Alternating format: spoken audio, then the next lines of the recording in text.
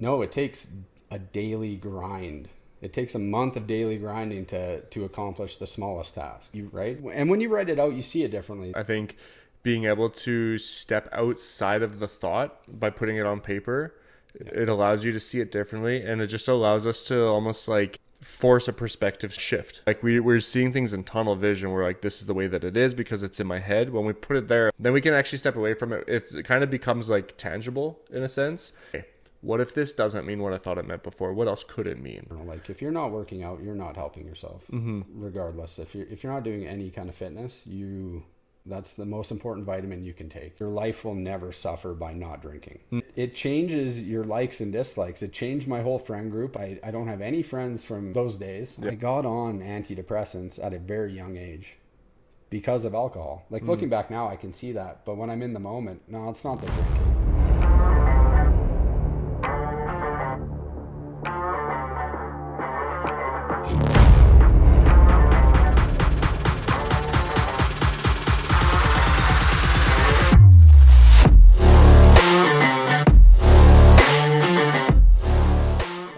Welcome back, Wellness Ninjas, to another episode of the Wellness Dojo Podcast. I'm your host, Kyle Craik, and today I'm very excited to have a special guest, Mark Smith. He is here. He's the founder of Sqrd-Away, productivity habit building journal. I'm really excited to have you here and to talk a little bit about Sqrd-Away and a little bit about yourself. So welcome. Awesome. Thanks for having me. Yeah, man. It's a pleasure. It's a pleasure. And I'm also excited to get to know you a little bit because we actually don't know each other super well, which is kind of cool. Yeah, I think we have a mutual friend. You reached out through Cole. Yeah. And he said you guys used to work out together in the past or something like that. So. Yeah, Cole's a really good dude. Shout out to Cole for connecting us because he's a good dude. I know you guys have been doing jiu-jitsu together. Is that right?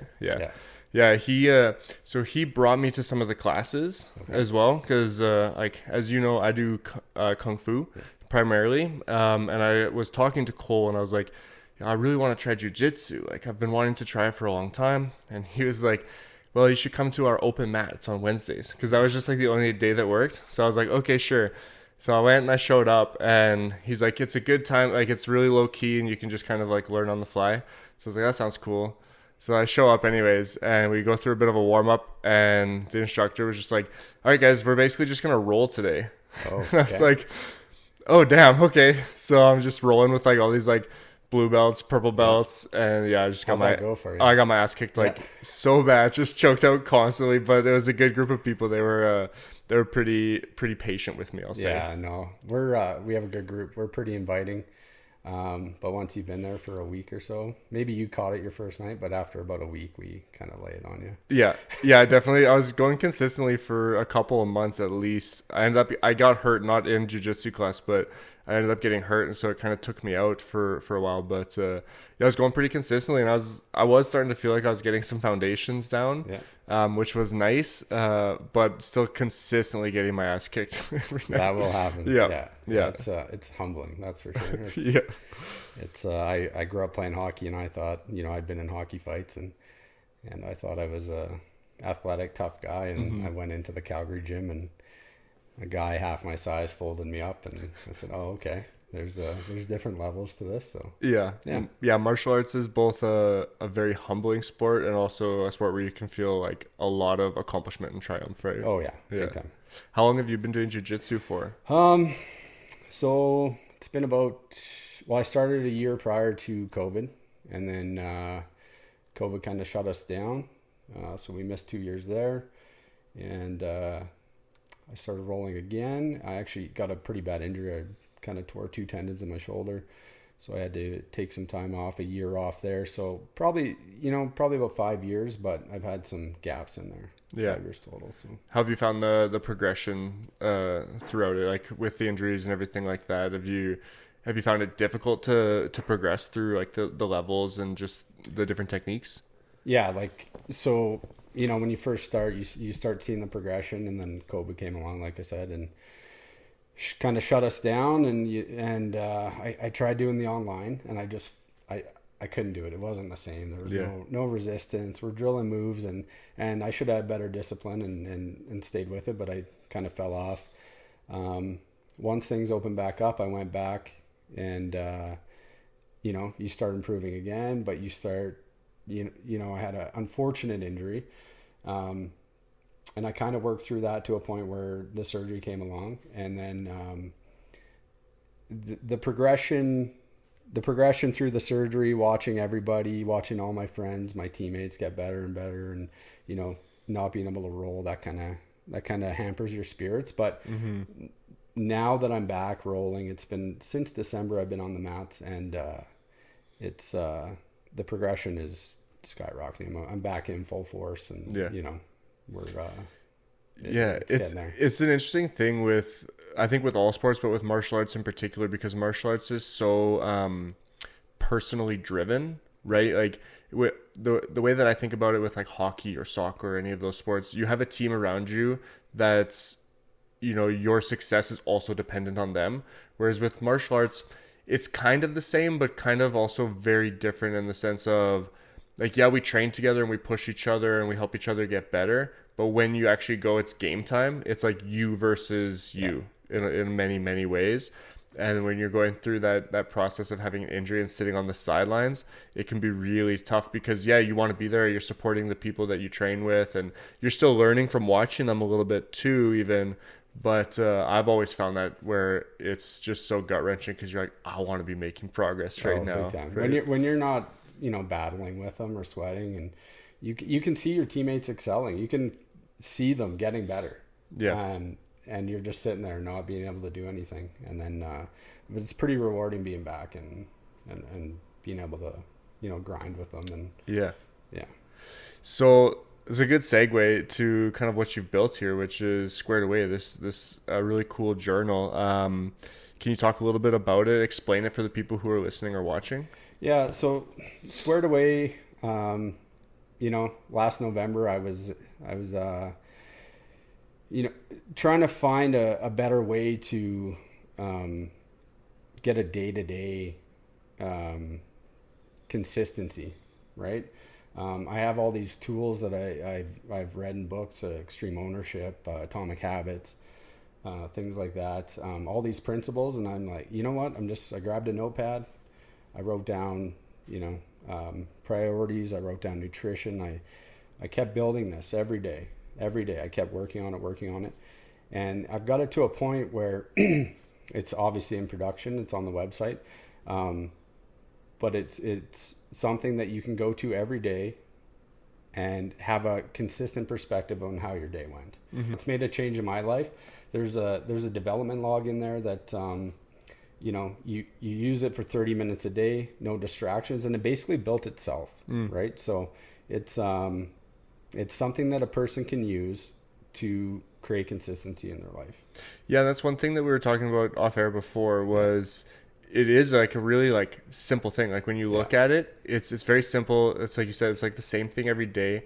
But I think sometimes I think we look at these like apps and some of these other journals as well where they're useful tools, but it's almost like there's too many like shiny objects in them kind of thing where it's like almost distracting in a sense. Something on your website that really stood out to me, you mentioned like apps on your phone. It's like how we need to get away from our phones more, right? And I think sometimes a more simple approach where like sometimes we need the same thing every single day. We need those like the same prompt or a very similar prompt, and even the same prompt might give you a different answer every single day in your head. Right? So I think that actually does help build that foundation of that consistency. It's almost like I'll go into my workouts sometimes and I feel like I should do something different because I'm going to get bored of this. Right? Whereas even if I go and I do the same bicep curls every single day, I do the same squats every single day, what you realize when you've done it consistently over time is that it actually does still make a huge difference. And actually it probably makes more of a difference than doing like different things, having like a different question to ask yourself every single day or something. Like we need different affirmations all the time. It's like, no, we need consistency with those things, right? Like the thing that really intrigued me when our mutual contact Cole introduced us, I started looking through your website and everything, was the connection with martial arts to daily habits. Because for me, that's something that like I've built my business, the Wellness Dojo, this Wellness Dojo podcast, it all centers around me looking at, like, I was a personal trainer for a long time. That's how Cole and I met. I was working at a gym. He was working at the same gym. And like just being a personal trainer and trying to help people make their lifestyle changes, I found myself really questioning, like, what am I doing? Like, why is this not working for people? Why are people struggling so much to reach that big goal? And when I looked at my history, I'm like, okay, like I achieved a really big goal in my life. I achieved my black belt in Kung Fu. It took me from the age of like 5 to the age of 18. I'm like, that's a lifelong goal. How did I achieve it? And when I looked back on that, I looked at the principles that I developed through martial arts. And those principles, I then decided I can use these same principles and help people who are not in martial arts, but who are trying to achieve any other big thing, whether it's career, whether it's a fitness goal, whether it's, you know, just reducing stress in their life, whatever it might be. You can use these principles and it can really help you in life. Yeah. And it's something that really resonated with me with Sqrd-Away as well, as it kind of sticks to those principles of like the discipline, the consistency, determination. Yeah. I think with the martial arts, it's the gradual steps. It's not like we live in a society where we expect something the next day. Like we expect instant gratification. And it's like, no, it takes a daily grind. It takes a month of daily grinding to accomplish the smallest task, right? Yeah. And martial arts is super humbling that way, that, you know, you can go and work your hardest at class and it's like, you might not see much progression, right? And that's the thing. That's, you nailed it. Like, you have your black belt and it took you how long to get it? It doesn't happen overnight. It happens every day working on it. It's the same thing every day. Yeah. So, and I love that you just said that, because I was just talking to my students. We do a year-end wrap-up at usually always in June. We kind of slow down for the summer, so we do a wrap-up. And we usually watch like a video presentation that shows kind of some of our competitions throughout the year and just highlights a lot of the students who are really active. And I said to them, like, it's really cool to watch these videos back, because you guys don't realize the progress that you've made. But then when you can watch the video back of like your first tournament of the year to like the last tournament of the year, it's crazy because you don't feel it, right? And also, like what you said with martial arts, especially, like it's a hard sport to stick to. Yeah. And I tell my students that all the time. I'm like, kudos to you guys for still being here at the end of the year, because this is not an easy sport to stick to. It can be very boring because you're repping out like the same techniques over and over. It's always the basics, always the foundations that you're going back to. And it's a very humbling sport. Oh, big time. It's, you know, and if you don't do the tournaments or you don't go train outside of your academy or your dojo, you don't think you're getting any better, because everybody's getting better at the same time. And you could go home at the end of class not knowing that you've gotten better over the past 6 months, because everybody else around you has gotten better. Yeah. And then you go train somewhere else and you're like, oh, I have gotten better. I am better than this guy. Or, you know what I mean? Like, it's, my skills are developing. Yeah. And that's it's rewarding for sure. When you have that epiphany. 100%. 100%. And it's like, it's nice to almost train stepping away from that instant gratification too. Yeah. Right. And that's something that when you are using a journal like Sqrd-Away, like you can come back to it, and it also helps train that away from that instant gratification, because you can look back and see your progress. And it's one thing I love about journaling in general is you can use it as a tool where you can actually look back and you can say like, oh, this is how I handled a similar situation before, or look how far I've come. Like, my journaling's gotten so much better. I can see how my mindset has progressed through my writing, all those things. You mentioned training other places. I really want to ask you about, you guys just went and trained with Jocko as well, right? We did, yeah. Tell me about that experience. That's insane. So that was part of Sqrd-Away. When I had the idea for Sqrd-Away, it was I kind of manifested this whole thing of creating a journal and the website, and it just kept happening in the development. And I had this, I'm like, you know what? I'm going to create this journal. I'm going to take it down to San Diego. I'm going to meet Jocko, and I was going to go solo. And I'd mentioned to my friends, and they're like, well, we want to come. And it was the perfect thing that they came. The trip couldn't have gone any better. We went down.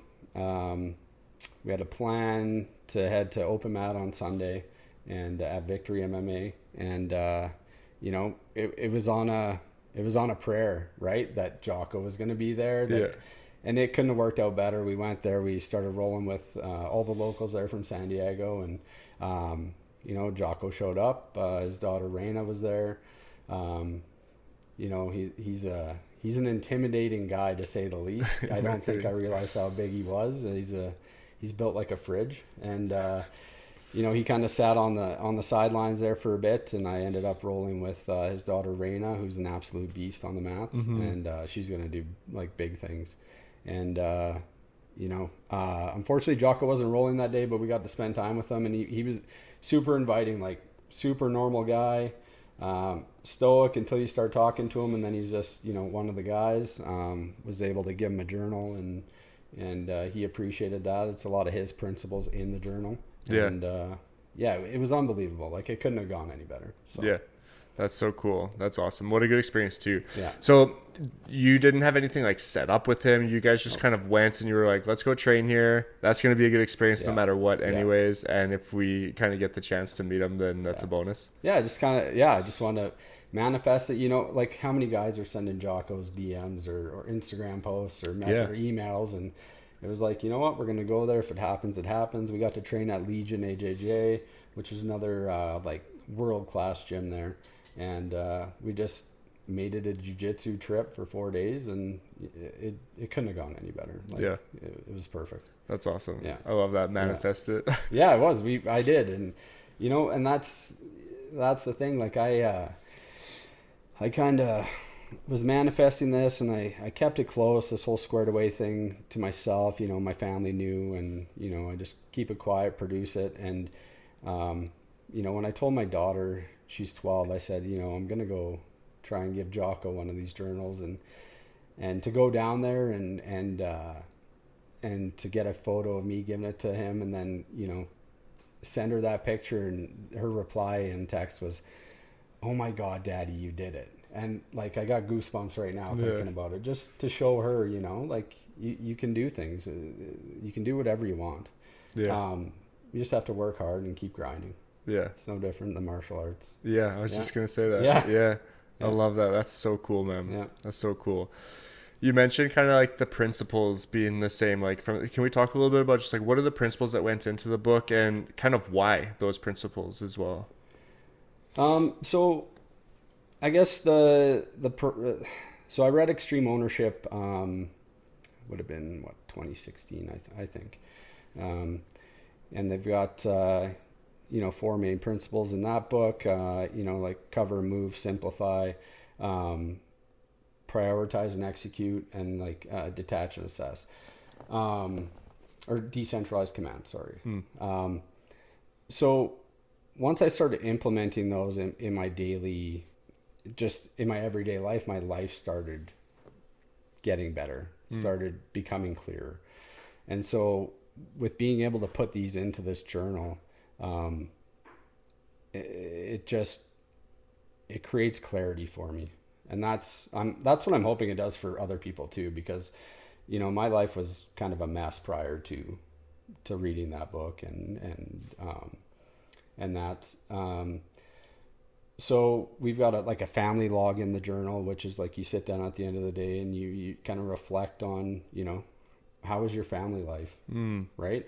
How did you interact with your kids? How did you don't have kids. How did you interact with your girlfriend? Yeah. Did you call your mom? Did you reach out to a friend? You got your family log, you got your development log. Like I said, 30 minutes every day. You work on a side hustle, reading, writing, podcasting. Like, you're doing your development right now, right? And then the big thing, the perspective builders is, and it comes from extreme ownership, is the concept of good. I'm sure you've heard that from Jocko. Mm-hmm. So in the journal, I have a difficulty of the day. Like, we always have one big hurdle of the day, right? And so there's the difficulty of the day portion. You write that down, right? And when you write it out, you see it differently than in your head than thinking 100%. About it. So 100%. It's like, you might write it out and you're like, oh, that's not a big deal at all. Yeah. But in your head, it's a huge deal. But once you write it out, it might still be a big deal, but chances are it's not. Yep. right? So you write it out, and then right under that is the good portion. And you get what's good from that. What's good from this problem, right? So one of the common examples that's in the journal at the front and in the legend is I didn't get the promotion at work. Okay, so we sit down, we write that down. Okay, good. Well, it gives me time to maximize my skills, gives me time to look for a better promotion. There's always a flip side. It's not a negative, right? And that's how we train our brain, I think. Yeah, I think differently. I 100% agree with you. I think being able to step outside of the thought by putting it on paper, it allows you to see it differently, and it just allows us to almost like force a perspective shift, right? And normally, like we're seeing things in tunnel vision. We're like, this is the way that it is because it's in my head. When we put it there, like then we can actually step away from it. It kind of becomes like tangible in a sense. Where now, at least that's my experience, is I can step away from it and then I come back and I'm like, okay, what if this doesn't mean what I thought it meant before? What else could it mean? Right? And it sounds like kind of what you were describing there, right? Yeah. No, that's exactly it. So under that, we have at the very end of the day, you could be getting ready for bed, or you could be sitting at the dinner table before heading up, and you got to detach and assess. So you just look at your day as a whole. Did I get my priorities checked off? Did I get my workout in? That's another big portion of the journal. Like if you're not working out, you're not helping yourself. Regardless. If you're not doing any kind of fitness, that's the most important vitamin you can take. Yeah. Is fitness of any kind. Yeah. Just assessing your day as a whole, and in the legend it says, use the perspective of positivity and gratefulness, right? So not like, crushing yourself, just, pick out the good things, work on the bad things, on to the next day. Yeah. And that's the thing. It's the same layout for every day. So, people might get this journal and be like, wow, it's the same thing. And that goes back to the martial arts, just showing up and doing the same thing, the same fundamentals. You might not notice it in a month of doing the same, journal, but I guarantee you in a year, there's gonna be a big difference. Yeah. 100%. And you mentioned the fitness portion too, and I think, in my opinion, just looking, and it could just be too like that I just engulf myself around mindset stuff so much that I feel like that the mindset piece is just maybe overclouding everything. But I think we're getting to a place where maybe like fitness and like exercise and stuff is almost like viewed as like being overrated, where it's like it's actually so underrated in terms of your emotional state, your mental state, right? It is. Yeah. Like I could have a million things going on in my head, and one 15-minute session of burpees will just clear it right out. Yeah. Right? Like just calm me right down. I think fitness is the most important thing going. Yeah. Like it's like, I think that is the foundational piece. Like beneath everything else, like, are you in good shape? Are you healthy? Yeah. Because if you're not healthy, if you're walking around in pain, if you're constantly sick, if you're constantly going to the doctor and not getting answers, and like all these things, like that has such an impact on your mental state, your emotional state, your relationships, your just ability to have a good quality of life. Like it is the foundational piece. I grew up in a household where, some of my family members would be like, I wonder what the doctor's going to tell me today. And I'm like, you haven't drank a glass of water in like a week. Yeah. Like, when's you're the last not time helping yourself. When's the last time you went for a walk or picked up a weight or Yeah. something, right? Yeah. Yeah. But we live in that instant gratification society that just wants like, I just want the doctor to tell me what it is. I just want the doctor to give me that pill that's going to fix it and stuff. It's like the hard stuff is what's going to do it. And it's going to be hard because it's the hard shit. You're like, nobody wants to work. That's the thing. Like, but that's the most gratifying thing. Yeah. Like I could have the easiest life. I could go probably play video games and do whatever, but I won't be fulfilled. Yeah. Like after a workout, I feel great. Like, I had to get a workout in. I drove home today from the lake I knew I had to be here. I was crunching time, and I was like, oh, okay, well, let's get some burpees in, maybe get some squats, and then we'll go. Amazing. So it's you made it here right on time. I did right on time. Right on Every time. red light. I loved it. Yeah, I think it's just, it's so crucial, that fitness piece. So I'm glad you mentioned that. Yeah. I just think it's so important. And like you said, like it's humbling, but it's also gratifying. Like there's a reason I went back to jiu-jitsu class after getting my ass kicked so many times that I kept going back. It's because even though it hurts, even though it's painful and it's a struggle, there's a part of that you almost like, it's kind of like that saying, it's like, when I feel pain, it helps me feel alive. It's almost like that. Right? Yeah. It's like when I feel that struggle, I know I'm making progress. Yeah. Like if I'm swimming upstream, I know I'm working. I know I'm getting somewhere, kind of thing. I think that's so important. Yeah. It's like that. Have you heard of type 2 fun? Yes. Yeah. So it's like type 2 fun is when it's not enjoyable in the moment. It's the worst. But it's type 2 fun is always the best. It's always the best story. Yeah. Like you could be going through something miserable and look back a week later and you'll laugh. Yeah. And it'll be the best. It'll be the greatest story. Yeah. Right. And that's really what life is, right? It's just that discovery of like, what can I, that's what it seems like anyways. Like, what can I get through? Like how many times it's like the Rocky scene in Rocky is like, it's about how many times can I get knocked down and keep getting back up and like, just keep showing myself what I'm capable of, those types of things. 100%. Yeah. Yeah. So you mentioned, when you kind of read that book and when you started to kind of put these principles in, that your life really started to change. Can you talk a little bit about that? You kind of mentioned like your life was a mess at that time. Yeah. Only share what you're comfortable with, but I'm just curious how your life changed when you started to implement these principles. Yeah. So my life wasn't like a mess, but my mental health and my personal health was a mess. I was, so at this point, since reading that book and probably a year prior to that, I've been 8 years sober. Okay. I guess I'll start from the beginning. Kind of growing up, I grew up in a single parent household, single mom. So I didn't really have any, a father figure, obviously, or any kind of male guidance. So I kind of went through life. I didn't know any different at the time, right? Like I didn't think I was shorthanded or anything. It was just how life was, right?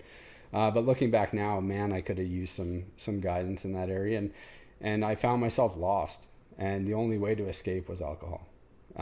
So, I played hockey, and once that kind of ended, I just didn't have much anymore. You start drinking more, and that's a way to just escape from your everyday problems, and without any goals or structure, you're just living aimlessly like I was. You're just, showing up at work and just looking forward to, having beers after work with the guys or doing whatever. And that just kind of kept going and going. And,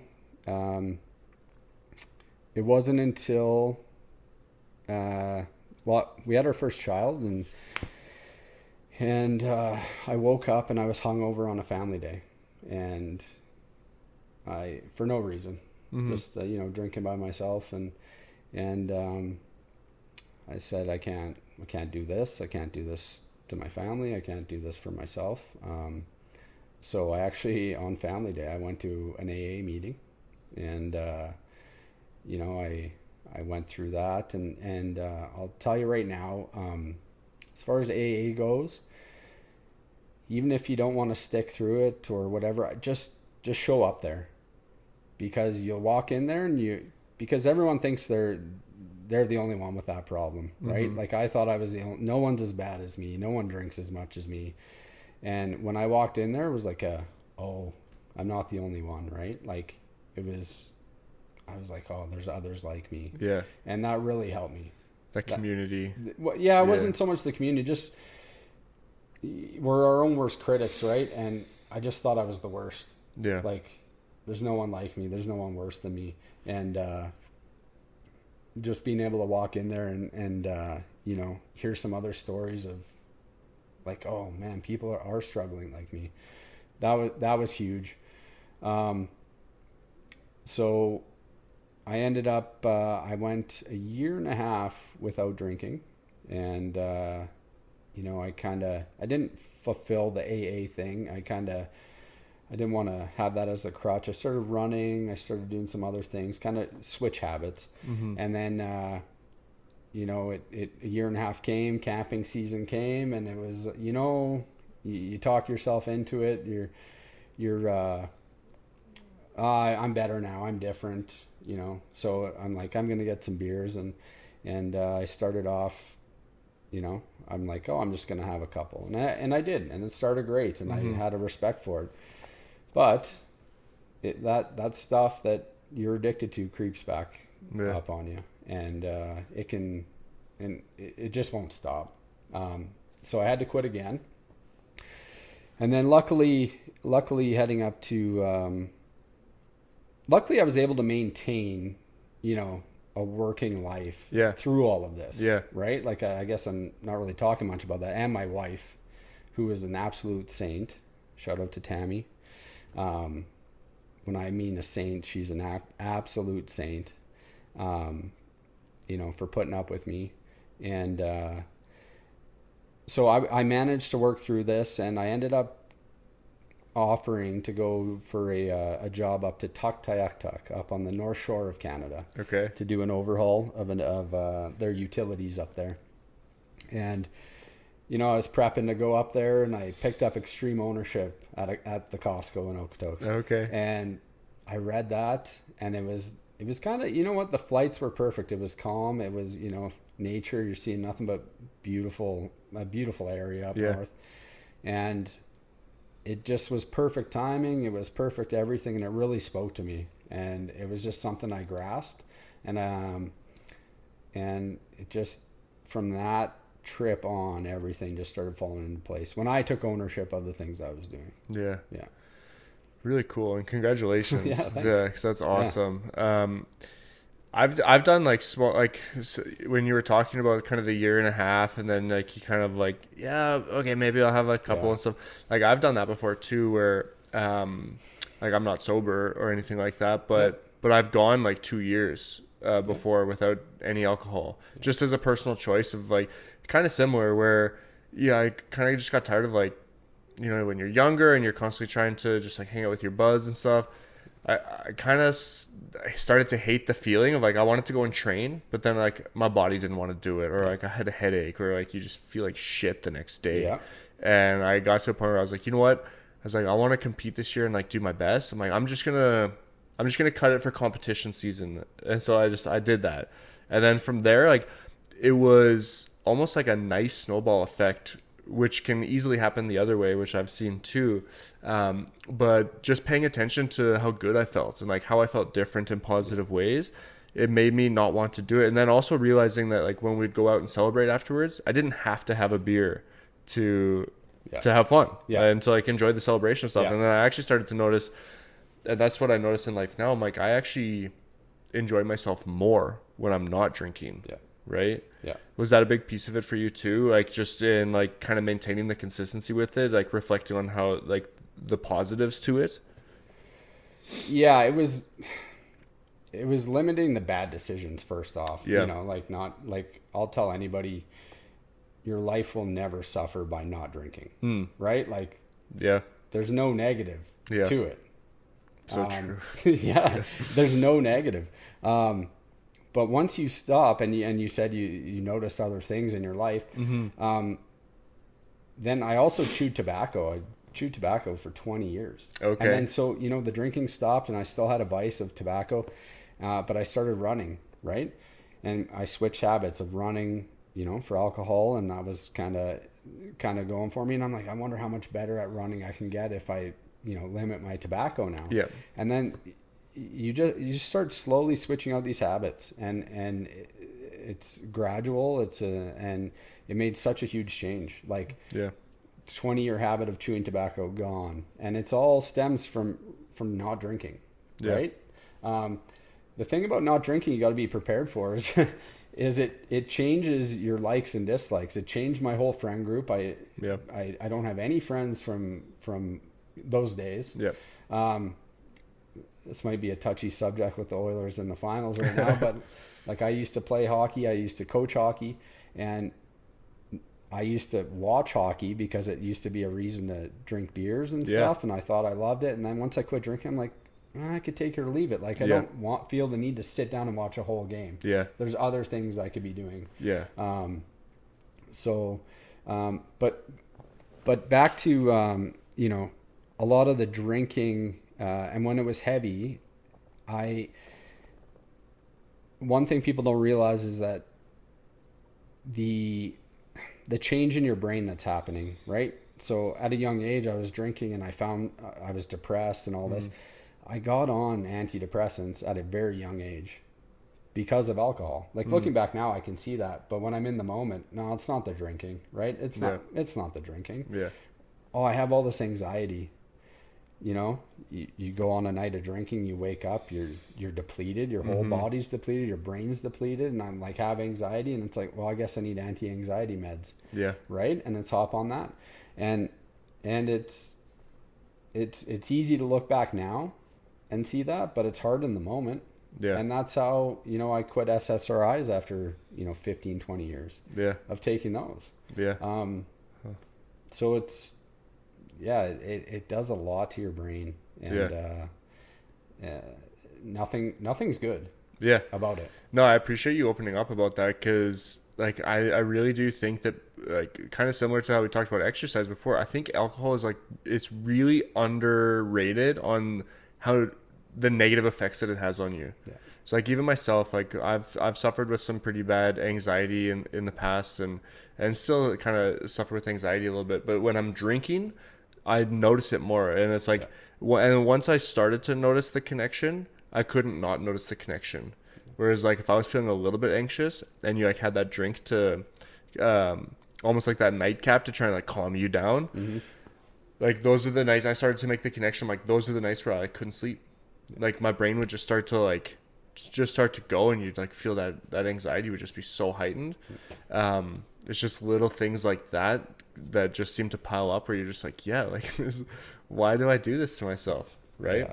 We're our own worst enemies. Yeah. And the fact that we can't see, well, you can obviously at that point, but I couldn't see like the blatant fact that alcohol played in my mental struggles. Yeah. It's like, we see what we want to see, right? And we don't see what we don't want to see. Oh, it can't be that. It can't be that. Yeah. Right? Yeah.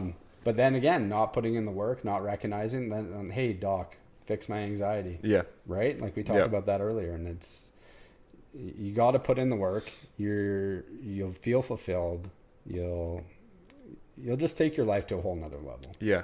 And it requires a sense of discipline to do all those things. Yeah. Right. And I imagine it required like a real powerful sense of discipline to be like, especially in the early days of quitting alcohol and stuff. I imagine it required a ton of discipline to just make that. It's just like making that decision every single day to be like, no, I don't want this.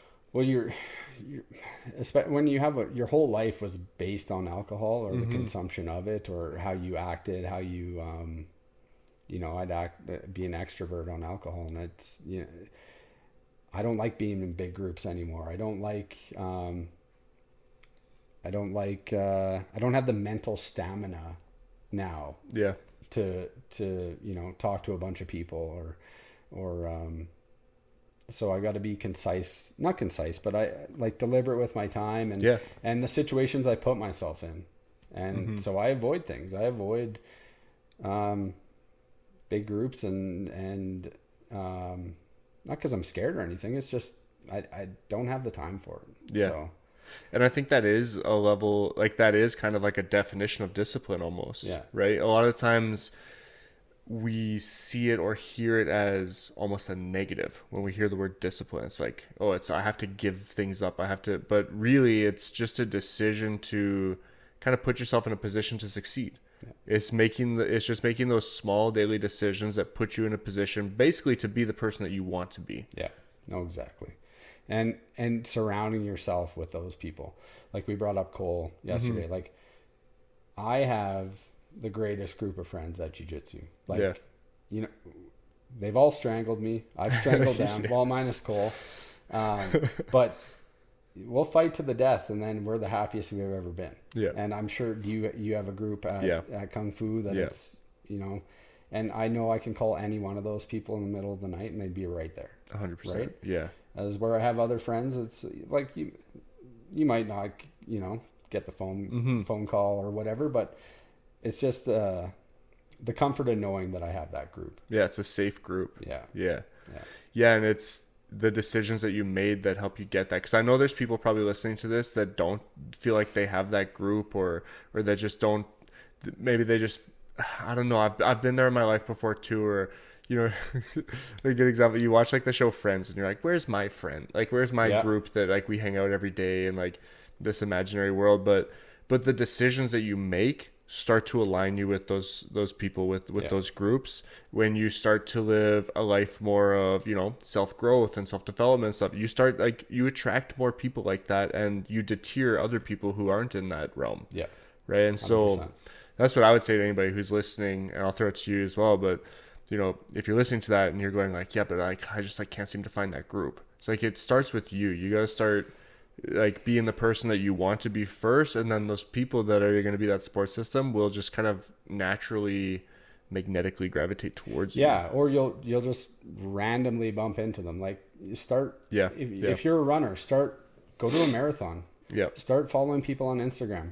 Start networking, you know, not business, but you know, friendship wise. Like, you know, I did when I started running, I did the Calgary half marathon, and then I did the Canmore half marathon, and then I was like going crazy because I think such a habit switch, and an addict at heart, I guess. Yeah, but then I did like the Chaparral sprint triathlon. Right, and it's like you start meeting all these people, and then and that's how you create that group. And then, you know, one day I walked in jiu-jitsu, and Killer Cole Lawton came walking in with this championship belt, and he's holding it up in the air, and I'm like, what am I doing here? Yeah. And they're the greatest group of friends I ever had. Yeah. And it's just do it. That's all I can say is, just, if you want to be something or do, you know, a certain sport, or just, you know, put your ego aside, humble up, and go do it. And that's all you can do.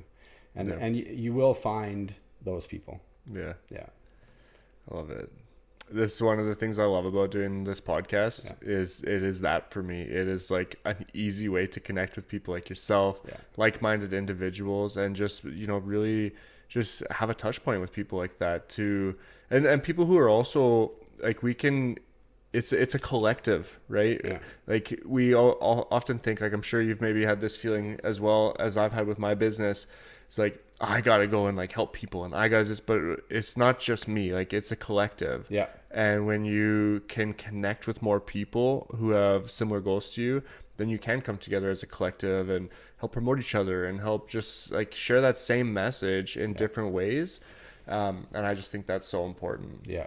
If we're all helping each other, like, if we're only helping ourselves, we're helping one person. Think about, and then if we're all helping each other, I got 5 people here helping me instead of just one, right? You know what I mean? Yeah. And that's that network and collective you're talking about. Yeah. Wow. I love it. It's great. I love it. Well, it's awesome. And I'm so glad that you could come and share some of it. Is there anything that we haven't talked about yet that you feel would be important to touch on in this episode? No, I don't think so. I'm happy to make it through my first podcast. Yeah, man. It's you did awesome. Stressful. Yeah, it was kind of stressful. There might be some cognitive decline from all the drinking I did, but I don't know what I get to blame mine on then. Yeah. I guess maybe still the same thing. Yeah, maybe. No, just if you're interested in the journal, check it out. I got one here. Yeah. If you're watching, check it out.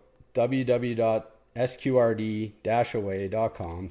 And you know what? Just grab one, try it out. If you like it, keep going. But I just hope that everyone listening can find something that can help them change their lives. Yeah. Right? Yeah. So, I love it. I love it. We'll link it in the description and the show notes here, so everybody can find it really easily. And yeah, thanks again for coming on. Thanks for opening up, sharing some of your story, and sharing a little bit more about Sqrd-Away. It's super cool, and I wish you all the best with it. Awesome. And I'll help any way that I can. So awesome. Thanks for having me, man. Yeah, man. Appreciate it. And thanks everybody for listening and watching, and we'll see you in the next episode.